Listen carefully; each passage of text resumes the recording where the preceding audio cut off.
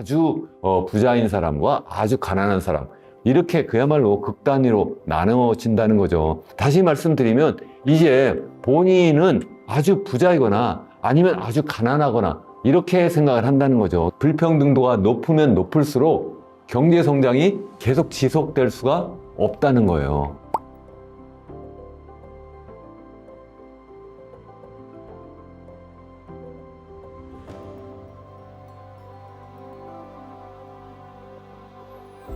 안녕하세요. 이현훈 교수의 경제포럼, 오늘도 함께 해주셔서 감사합니다. 오늘 영상은 4가지 뉴 노멀 중에 우리가 산업사회에서 디지털 사회로 전환하는 문제를 한번 말씀드렸고, 두 번째로 노인사회로 전환하는 말씀을 드렸고, 그리고 오늘은 디지털 사회와 그리고 노인사회와 연관이 되어서 우리가 그동안 경험했던 것과 전혀 다른 형태의 어떤 불공평한 사회, 저는 그걸 양극화 사회라고 얘기를 하는데요. 그 양극화 사회로 전환되는 그 내용을 제가 말씀드리려고 합니다. 그것은 앞으로 계속 말씀을 드리겠습니다만, 단순하게 경제적인 측면에서 어떤 소득의 어떤 불평등이라든가 아니면 부의 불평등 정도가 아니라 그야말로 사회 전반적인 문제, 정치적인 측면도 있고요, 사회적인 측면, 그리고 문화적인 측면, 그리고 또 여성과 남성 간의 문제 등등 여러 가지 문제를 종합적으로 말씀드리려고 하는데, 결론부터 먼저 말씀드리면, 이러한 것들이 어떤 계층 간에 조금씩 불공평한 것이 아니라 그야말로 양극단에 처하는, 양극단으로 사회가 나뉘어지는 그러한 상황으로 현재 전개되고 있다 하는 말씀을 제가 드리려고 합니다. 그래서 제가 제목을 양극화 사회라고 이렇게 말씀드렸고, 우리가 보통 이렇게 얘기를 해요. 이런 어떤 사회적인 양극화 문제를 이야기할 때는 사회 불공평하고 어떻게 다르지? 또는 우리가 보통 경제적 양극화라고 얘기할 때 또 경제적 불공평 또는 경제적 불평등하고는 어떻게 다르지? 보통 이렇게 질문을 가질 수가 있는데요. 제가 생각할 때, 또는 우리가 보통 학문적으로 정의할 때, 우리가 경제적 불평등하면 우리가 이제 소득 계층이 있으면 그 계층별로 조금씩 이렇게 어떤 소득의 그 크기가 달라진다든가 아니면 부의 크기가 달라진다든가, 또는 뭐 남성과 여성 또는 어떤 그 나이별로 이게 계층별로 조금씩 이게 달라지는 그러한 현상을 우리가 보통 불평등이라고 하는데, 양극화라고 한다면 이 중간층이 거의 없어지고 그야말로 극단만 남는 거예요. 그러니까 아주 부자인 사람과 아주 가난한 사람, 다시 또 소득순이 아주 높은 사람들과 아주 낮은 사람들, 이렇게 그야말로 극단위로 나누어진다는 거죠. 사실 우리가 한때 생각해보면 1960년대, 70년대, 80년대만 해도요, 우리가 사람들에게 물어볼 때 당신은 중산층이십니까? 이렇게 물어보면 거의 한 80% 이상이 중산층이라고 대답을 했어요. 그런데 요즘에는 당신이 중산층이십니까? 이렇게 물어보면 자기가 중산층이라고 생각하는 사람이 50%도 되지 않아요. 40% 남짓밖에 되지 않아요. 다시 말씀드리면 이제 본인은 아주 부자이거나 아니면 아주 가난하거나 이렇게 생각을 한다는 거죠. 그러니까 중간이 자꾸 없어지고 있다. 저는 그런 말씀을 제가 드리려고 하는 겁니다. 그래서 실제 이 차트를 보시면 이게 네이버 트렌드라고 해서, 네이버 많이 사용하시잖아요. 거기 들어가가지고 우리가 또 키워드를 넣고 이것이 지난 제가 여기서 그림에서는 2016년 이후에 현재까지의 불평등이라고 하는 그러한 검색어하고 양극화라고 하는 검색어 두 개를 같이 넣고 얼마나 사람들이 그거와 관련해서 관심 있게 검색을 하는가 이렇게 봤더니요, 여기 보시면 녹색으로 표시된 것이 양극화고요, 그리고 분홍색으로 표시된 것이 불평등인데, 이 불평등이라고 하는 용어보다는 양극화라고 하는 용어를 훨씬 더 사람들이 더 관심을 갖고 많이 그것을 검색하고 있어요. 그만큼 사람들이 자기가 양극화되어 있는 사회에 살고 있다, 불평등한 정도가 아니라 그야말로 양극단으로 사회가 나뉘어지고 있는 것이 아니냐, 이렇게 보고 있는 거죠. 어쩌면 지난 총선의 경우에도 보면 어땠습니까? 그야말로 양극단으로 나뉘어가지고 우리가 한 사회를 구성하는 같은 어떤 국민으로서 다만 이념과 어떤 정책적인 측면에서 서로 다른 생각을 하고 있는 사람들끼리 어떤 정책적 집단이 서로 국민의 선택을 받는 그러한 어떤 정치적 행사가 아니라 그야말로 양쪽으로 나뉘어서 상대를 완전히 무시하는 정도가 넘어서 적이라고 생각할 정도로 치열하게 싸운단 말이죠. 이런 상황이 제 생각에는 이거 뭐 전혀 바람직하지 않죠. 이렇게 된 것은 어쩌면 우리 사회가 이미 너무 양극화되었기 때문에 결국 이 사회를 대표하는 이 정치권, 이 정치인들이 결국 이렇게 극단으로 나뉘어서 싸우고 있는 것이 아니냐. 정말 그렇게 생각하고 그게 정말 우리나라 이 입장에 생각하면 너무 불행하다 이런 말씀을 제가 드리려고 하는 거고요. 이것은 사실은 우리나라뿐만 아니라 전 세계적인 현상이기도 해요. 한번 생각해 보세요. 당장에 미국만 보더라도 미국 올해 이제 11월에 대통령 선거가 있는데 지금 완전히 뭐 민주당, 공화당, 민주당이 서로 지금 싸우고 있는데 현재 조 바이든 현직 대통령하고 그리고 이제 우리 그 도널드 트럼프 전 대통령이 서로 싸우는데 상대를 그야말로 그냥 같은 그 국민으로서 생각을 달리하는 정치 세력으로 인정하는 것이 아니라 그야말로 완전히 상대를 없애야 된다고 생각하는, 완전히 처단해야 된다는 그러한 생각을 하고 있고 실제 양쪽을 지지하는 국민들도 그렇게 생각하는 것이 아닌가 그렇게 생각합니다. 이런 사회적 양극화, 정치적 양극화, 그리고 경제적 양극화는 우리나라뿐만 아니라 미국 그리고 또 전 세계적으로 비슷하게 현재 나타나고 있어요. 우선 우리가 보통 이런 어떤 경제적 양극화 또는 보통 이제 경제 불평등 얘기할 때 많이 들어본 것이 바로 뭐냐면 소위 얘기하는 쿠치네츠 곡선이라고 하는 게 있어요. 쿠치네츠 곡선이라고 하는 게 뭐냐면 우리 경제학에서 경제학 원론에 나오는 건데요. 이게 뭐냐면 보통 이제 경제 성장을 하게 되면 항상 그 염려하고 문제를 항상 지적하는 것이 뭐냐면 경제 성장만 하다가 이거 누구는 엄청나게 부자가 되고 누구는 너무 가난해지고 이렇게 해서 소득이 너무나 불공평하게 배분되는 것이 아니냐. 이거는 18세기 중엽에 우리가 자본주의 시장 경제가 처음 등장한 이후부터 지금까지 계속 되어온 그러한 질문이고 또 문제고 그래서 양쪽에서 서로 다른 생각을 가진 사람들끼리 이념 전쟁, 이념의 어떤 대결을 계속 해왔어요. 그래서 그 문제를 우리 경제학계에서 어떻게 보는지 우선 말씀을 드리고 그 다음 우리 양극화 얘기를 하는 게 좋을 것 같아요. 그래서 여기 보시면 쿠치네츠 커브라고 하는 거 있는데 이건 바로 경제학자 중에 쿠치네츠라고 하는 그러한 경제학자가 설명하는 그러한 어떤 경제 성장과 소득 불평등 간의 관계를 나타내는 거예요. 여기 보시면 그 아래 그 횡축 있잖아요. 횡축은 이게 바로 뭐냐면 1인당 국민소득이에요.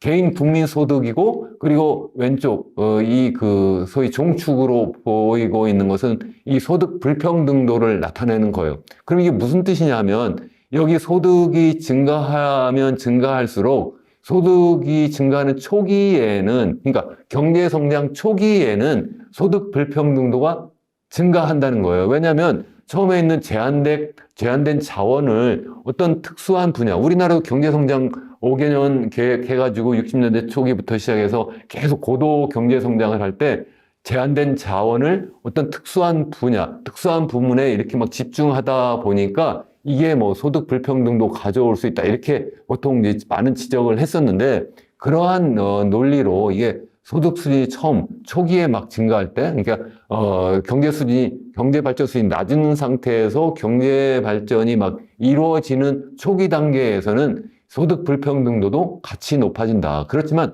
어느 정도 수준이 높아지면 드디어 이게 자연스럽게 소득 불평등도가 낮아진다. 이렇게 주장하는 것이 바로 이 쿠치네츠라고 하는 경제학자고 그 당시에 아주 간단한 그런 어떤 소득과 그리고 이 소득 불평등도를 나타내는 그런 어떤 지표를 가지고 이렇게 설명을 했어요. 그래서 이게 이제 경제학 교과서에도 나오고 아직까지도 이것이 맞다라고 생각하는 분들도 계세요. 그런데 최근에 와가지고 말입니다. 그 IMF라고 하는 기구가 있잖아요. IMF가 바로 뭐예요? International Monetary Fund. 이게 바로 국제통화기금이고 여러분들 다 아실 거예요. 우리 1997년도 외환위기를 겪고 우리가 그래서 IMF 국제통화기금으로부터 우리가 구제금융을 받았고요.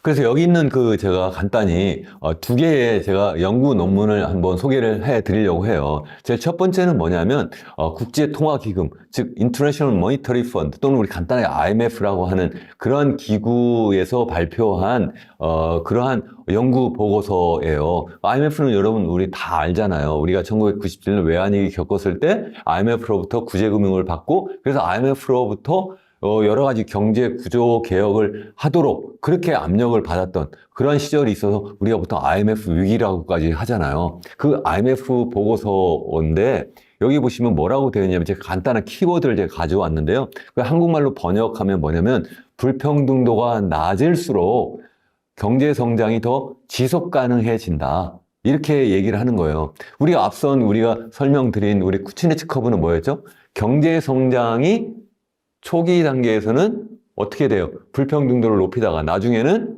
불평등도를 낮춘다. 이렇게 했는데 우리 그 IMF의 그 보고서에서는 그 관계가 거꾸로 얘기를 하고 있어요. 불평등도가 낮아지면 낮아질수록 경제 성장이 더 지속 가능하게 계속될 수가 있다.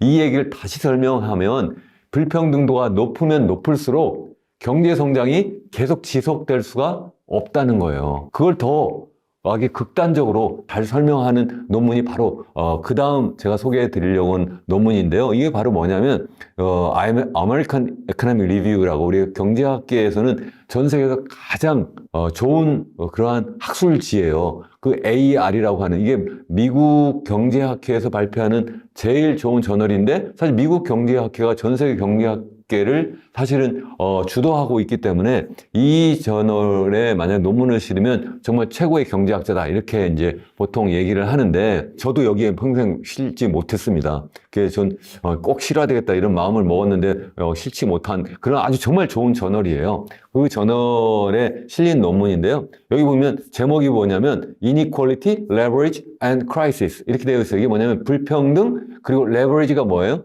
이게 부채잖아요. 불평등과 부채와 그리고 위기 뭐 이런 제목인데요. 거기 키워드가 바로 뭐냐면 제가 영어로 된 걸 한국말로 번역해서 말씀드리면 1920년부터 29년까지 그 기간 동안 그리고 1983년부터 2008년 기간 동안에 저소득 가계와 중간소득 가계의 부채가 크게 증가했다는 거예요. 그 가계의 부채가 크게 증가했고 이것이 결국은 1929년에 세계 대공황을 불러왔고 그리고 2008년도에 글로벌 금융위기를 불러왔더라 이렇게 얘기를 하는 거예요. 이게 무슨 말씀입니까? 결국은 이 가계부채가 왜 늘어났어요? 가계부채가 많이 늘어난 거는 우리 한번 생각해 보시면 1920년대 그게 제가 한번 설명 예전에도 드렸어요. 뭐냐면 결국은 그 당시에 2차 산업혁명이 막 전개되고 그러면서 엄청난 투자 자금이 몰리고 그래서 뭐 주식시장도 정말 막 하늘을 치솟아 올랐고 부동산 시장도 막 치솟아 올랐고 이렇게 되면서 정말 호황 중에 최호황을 누렸었는데 그런 가운데 이제 자본가와 노동자 간에 이렇게 뭐 계급이 당연히 그 당시에 있었고요. 그래서 부자는 엄청나게 부자가 됐고 가난한 사람들은 상대적으로 더 많은 가난한 그러한 상황에 계속 되었고 그렇지만 이게 주식시장도 막 뛰어오르고 그리고 부동산 시장도 막 뛰어오르니까 당시에 못 사는 사람들도 돈을 빌려서 주식시장에 투자하고 그리고 부동산, 소위 주택도 막 사고 이렇게 되는 상황이 되었는데 그 사람들의 소비 여력이 어떻게 되겠어요? 자꾸 부채가 늘어나니까 좀 떨어지죠? 그러니까 어느 순간에 보니까 그 많은 투자를 해서 생산해낸 그러한 상품들이 팔려나가지 않는 상황이 되는 거예요. 다시 말하면 재고가 막 쌓이게 되고 그러니까 이거 이상하다 해가지고 사람들이 투매를 하기 시작하고 그게 바로 1929년 세계 대공황이거든요. 그러한 상황이 전개되었다. 제가 한번 말씀드렸는데 그러한 논문 내용이 바로 여기에 있는 거고요. 그리고 2008년도에 글로벌 금융위기가 터졌다 이렇게 말씀을 예전에도 드렸는데 그렇게 터진 이유가 뭐예요? 서브프라임 모기지 사태라고 말씀드렸잖아요. 그게 바로 뭐예요? 서브프라임이라고 하는 거는 신용이 프라임이 아닌 그 밑에 그러니까 신용이 좋지 않은 사람들에게까지 대출을 해주고 그 대출 자금 가지고 그 사람들이 뭐 했어요? 그 당시에 주택 가격이 막 또 뛰어오르니까 거기에 막 사람들이 투자를 하게 된 거예요. 그 투자를 하니까 그러니까 또 주택 가격이 올라가니까 또 다른 사람이 또 거기 담배 들고 이러다 보니까 이게 너무 많이 올라가네 하면서 그 당시에 또 미국 연준이 금리를 좀 올리기 시작하면서 이거 너무 심하다 해가지고 돈을 빌려간 사람들이 그걸 갚지 못하는 상황이 되고 그래서 결국 사람들이 또 주택을 투매하게 되고 그러면서 그게 펑 터진 거거든요. 다시 말씀드리면 우리가 1929년도 그렇고 2008년도도 그렇고 결국은 어떤 버블이 계속 생겨났는데 그 버블을 만드는 가운데에서 꼭 부자들뿐만 아니라 이 가난한 사람들, 이 신용이 좋지 않은 그러한 저소득이라든가 중간소득 가게들도 거기에 전부 다 돈을 빌려서 거기에 함께 투자를 하다가 이게 펑 터진 게 바로 세계 대공황이고 그리고 2008년 글로벌 금융위기다. 바로 그렇기 때문에 우리나라가 지금 가계부채가 지금 너무 커졌다. GDP 대비 전 세계에서 가장 높다. 100%가 되고 우리가 전세자금까지 포함을 해버리면 이게 150%가 넘어가지고 전 세계에서 단연 그 1등이다. 그래가지고 더군다나 이게 그렇게 해가지고 부동산 투자를 완전히 몰빵을 하게 되면서 우리가 지금 그러한 상황이 되어 있다. 그래서 이게 1929년이나 2008년도와 같은 그러한 거품이 꺼지는 상황이 될 수도 있다. 그래서 너무 걱정이다라고 제가 계속 말씀을 드렸잖아요. 그러한 상황이 바로 이 연구 논문이고 그렇기 때문에 결국 가계부채는 이 소위 얘기하는 불평등, 경제 불평등하고 연관되어 있고 이게 거품과 연관이 되어 있고 그래서 이게 경제가 폭망할 수도 있고 그래서 이게 IMF 보고서에도 그래서 경제 성장이 절대로 지속 가능하지 못하다. 언제요? 경제 불평등화가 너무 높아지고 그러면 이게 가계부채가 자꾸 늘어나고 그러한 가운데 거품이 점점 더 커져서 이게 결국은 터진다. 그 얘기를 하는 겁니다.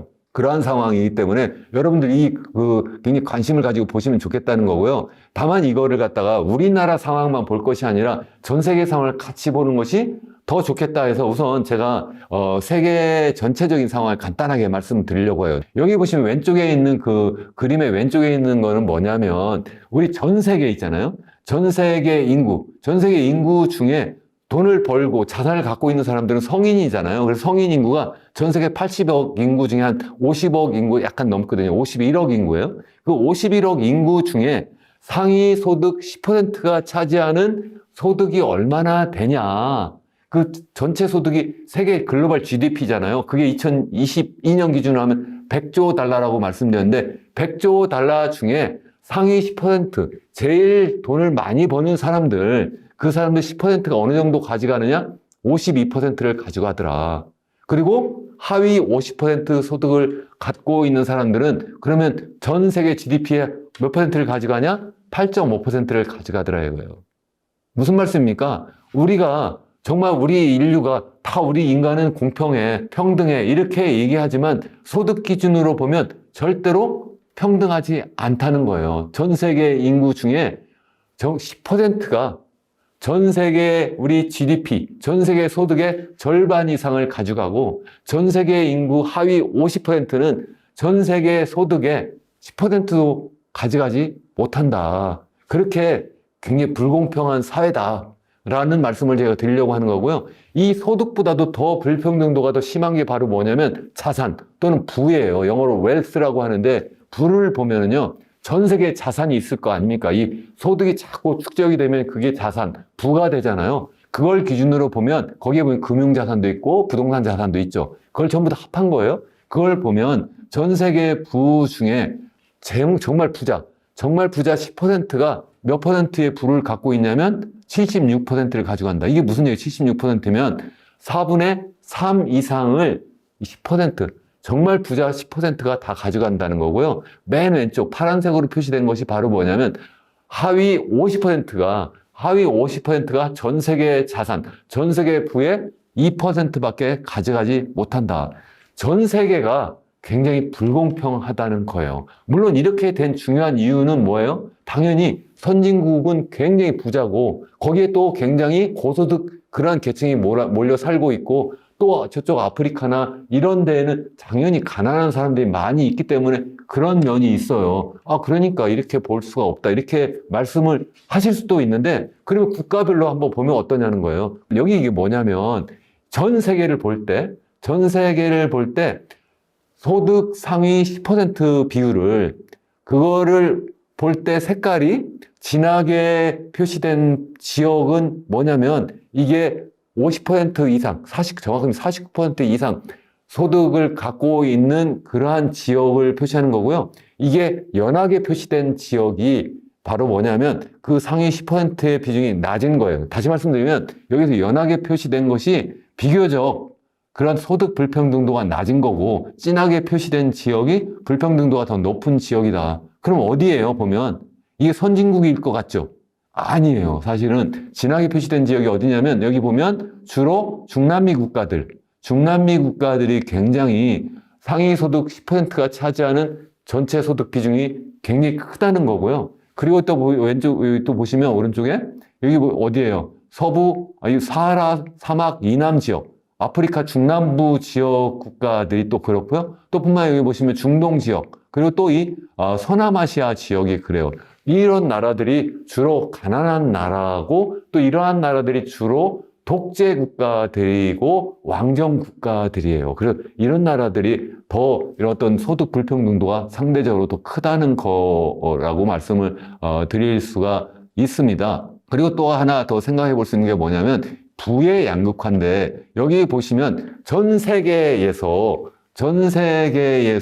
상위 0.01%, 0.01%면 어떻게 됩니까? 제가 아까 51억 인구라고 했잖아요. 성인 인구가 0.01%니까 51만 명이거든요. 그러니까 상위 0.01%, 50만 명이 전 세계 부의 몇 퍼센트를 차지하느냐를 보여주는 그림이 여기에 보시면 파란색 선이에요. 이게 어떻습니까? 1995년에는 한 이게 7% 수준이었는데 이게 계속 높아져요. 그래서 이게 11%까지 높아졌다. 그러니까 전 세계에서 그야말로 소수의 부자가 차지하는 전 세계 부가 이제는 자꾸 높아져가지고 10% 이상이 된다 하는 말씀이고, 그리고 여기 10억 달러 이상, 우리나라 돈으로 보면 이제 환율 이렇게 자꾸 이제 지금 달러 기준 우리 원화 가치가 자꾸 떨어져가지고 이제 거의 뭐 1380원 이렇게 되는데, 그냥 간단하게 1400원이라 치면 1조 4천억 원 정도 되는 거예요. 그러니까 우리 1조 4천억 원 이상 갖고 있는 그 부자들이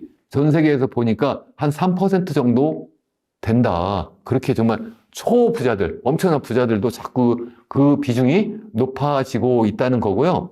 그러면 미국하고 유럽을 좀 꼭 집어서 한번 보면 어떨까 해서 제가 따로 또 하나의 그 그림을 제가 준비를 했는데요. 여기 그림 보시면 미국 빨간 선으로 표시된 거예요. 상위 1%의 부자, 자산의 비중을 보시면요. 이게 한 70년대까지 줄어들어요. 70년까지 줄어들다가 이게 계속 늘어나고 있다. 늘어나서 지금 상위 1%가 차지하는 미국 전체의 자산이 한 35%를 차지한다. 유럽은 상대적으로 이게 비교적 낮은 편이다. 그래서 계속 낮아졌고 비교적 안정적으로 유지해서 한 21% 정도 된다. 상위 1%가 차지하는 부가 한 21% 된다는 말씀입니다. 그렇다면 왜 이런 상황이 되느냐? 크게 두 가지예요. 하나는 뭐냐면 기술 문제예요. 제가 계속 정말 기술이 중요하다 말씀드렸잖아요.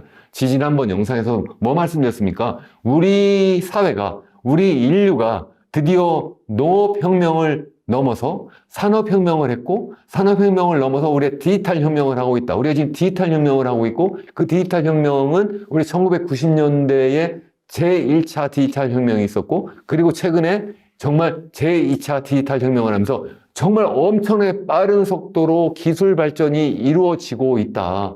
여기에 올라타지 못하면 우리는 정말 폭망한다. 이런 말씀을 드렸는데, 바로 그러한 두 가지 이유, 다시 말씀드리면 산업혁명부터 시작해서 최근에 디지털 혁명 때문에 이게 결국은 소득의 양극화, 그리고 소득이 축적이 되면 그게 부가 되기 때문에 부의 양극화가 점점 더 심화됐다는 게 한 가지 원인이고요. 두 번째는 뭐냐면 신자유주의. 우리가 보면 산업혁명 이후에 자본주의 시장 경제가 있었고, 자본주의 시장 경제가 너무나 지나치게 자본과 시장에 너무 그 모든 것을 다 우리가 모든 것을 다 우리가 맡겨버리게 되다 보니까 너무 이 양극화, 소위 얘기하는 불평등이 너무 심화된다. 그래서 거기에 대한 어떤 반발로 사회주의 계획경제도 등장했다. 뭐 이런 말씀도 드렸고요. 최근에 와가지고 어쨌든 이게 이제는 그건 너무 심하다. 그래서 우리가 1929년 세계 대공황 이후에 새로운 어떤 그 자본주의와 시장경제를 혼합하는 그러한 케인즈주의가 등장했었는데, 그것도 더 최근에 와가지고는 이제는 1990년에 이제 사회주의권이 몰락하고, 그리고 또 중국이 이제 본격적으로 개혁 개방에 이제 돌입하고 이러면서 이제 WTO에도 가입하고 이러면 전 세계가 하나의 시장이 되고, 그래서 그야말로 신자유주의와 세계화가 그야말로 활짝 열리게 되었다. 그러다 보니까 그야말로 전 세계에서 최고의 기업, 전 세계에서 제일 뛰어난 인재가 다 해먹을 수가 있는 거예요. 그런 상황에서 결국은 이 소득의 양극화, 그리고 부의 양극화가 나타났다. 뭐 그런 말씀을 드리는 거고, 또 한 가지 특징은 뭐냐면 코로나가 터지면서 그게 더 확산이 돼버린 거예요. 이 코로나가 터지면서 이 디지털 혁명이 더 확산이 돼버리고, 그러다 보니까 그것이 더 본격적으로 어떤 소득 양극화, 부의 양극화를 불러올 수밖에 없는 거고, 또 한 가지는 뭐냐면 경제 봉쇄를 하게 되니까 그 경제 봉쇄를 해가지고 거기에 누가 피해를 받아요? 결국은 경제 봉쇄를 하지만 집에서 일하는 사람들은 별로 피해를 많이 받지 않잖아요. 그게 아니라 우리 일용 근로자들, 직접 우리 건설 노동자들, 직접 건설하는 데 가서 아니면 직접 시장에 가서 이렇게 일해야 되는 사람들은 꼼짝없이 그냥 집에서 갇혀 있어야 되니까 내가 일자리를 잃어버리고 나의 소득이 크게 감소할 수밖에 없는 상황이 돼버리는 거예요. 그래서 그 소위 얘기하는 화이트 칼라와 블루 칼라 간의 그 어떤 일자리 감소와 일자리 소위 얘기하는 그 소득 양극화가 굉장히 심화됐다는 거고, 또 뿐만 아니라 이 코로나가 터지면서 이 경제 봉쇄에 따라서 경제가 너무 침체가 된다고 해가지고 굉장히 돈을 많이 풀었다고 말씀드렸잖아요. 금리도 낮추고 양적 완화라는 것도 하고, 이렇게 되면서 유동성이 너무 많이 풍부하게 풀려버리니까 결국 주식도 엄청나게 많이 투자를 하게 되고 부동산 투자도 엄청나게 많이 하게 되고, 이렇게 돼버리면서 소위 주식 가격, 부동산 가격이 막 뛰었는데 누가 그걸 다 합니까? 당연히 돈을 많이 갖고 있는 사람들, 부자들이, 이미 부자인 사람들이 주식 투자도 많이 하고 또 부동 투자도 많이 하고, 그 사람들의 돈은 엄청나게 더 많이 증가할 수밖에 없는, 그래서 이 코로나 이후에 또 이러한 부의 양극화, 소득의 양극화도 굉장히 심화되었다. 이것은 전 세계적인 현상이고 또 우리나라도 그러한 현상이 나타났다. 이렇게 말씀을 드립니다. 오늘 끝까지 시청해 주셔서 너무 감사하고요. 다음번 영상에서는 우리 한국적 상황을 더 본격적으로 말씀드리려고 합니다. 다음번 영상에서 만나 뵙기로 하고요. 기왕이면 구독과 좋아요 눌러주시면 더더욱 감사하겠습니다. 감사합니다.